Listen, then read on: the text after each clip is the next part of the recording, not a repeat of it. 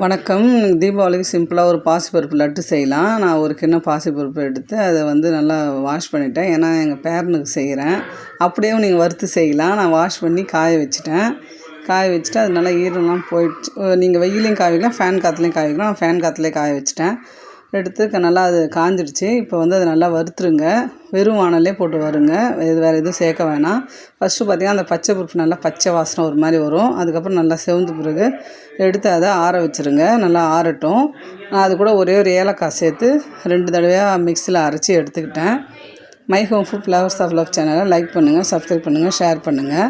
நம்ம அளவு எடுத்துக்கணும் இல்லையா பருப்பு, அதில் 3/4 அளவு சர்க்கரை எடுத்து அதையும் மிக்சியில் நுணுக்கி போட்டுருங்க. அப்புறம் ஒரு 15 முந்திரி பருப்பு, 10 பாதாம் எடுத்து அதை சின்ன சின்னதாக கட் பண்ணிட்டேன்.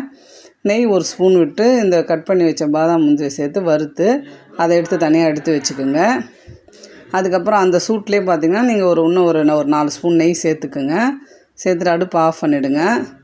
இப்போ இந்த வறுத்து வச்சுருக்க முந்திரி பாதாமை அந்த மிக்ஸுக்கு கூட சேர்த்து நல்லா கிளறிடுங்க. நல்லா கிளறிட்டு அதுக்கப்புறம் நல்லா அந்த சர்க்கரை, பருப்பு, இந்த நட்ஸ்லாம் நல்லா கிளறிடுங்க. அது கூட இந்த உருக்கி வச்சு நெய்யை சேருங்க. சேர்த்து அதையும் நல்லா கிளறிடுங்க.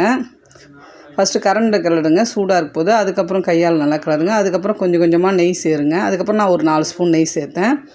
நெய் சேர்த்து கொஞ்சம் உருண்டை பிடிக்கிற அளவுக்கு வந்துடுச்சு. பாதி உருண்டை பிடிச்சிட்டதுக்கப்புறம் திரும்ப கொஞ்சம் ஒரு 3 ஸ்பூன் நெய் சேர்த்து எல்லாத்தையும் நல்லா உருண்டை பிடிச்சிட்டேன். எங்கள் பேரனுக்கும் கொடுத்தேன், நல்லா இருக்குன்னு சொன்னார். நீங்களும் தீபாவளிக்கு செஞ்சு கொடுங்க. செஞ்சு பார்த்து எப்படி இருக்குன்னு சொல்லுங்கள். தேங்க்யூ.